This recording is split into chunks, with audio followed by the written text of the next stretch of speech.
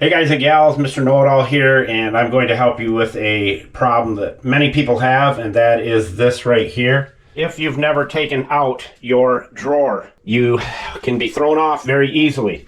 This little plastic thing right here is pushed down, and when you push it down, it opens up that gap right there.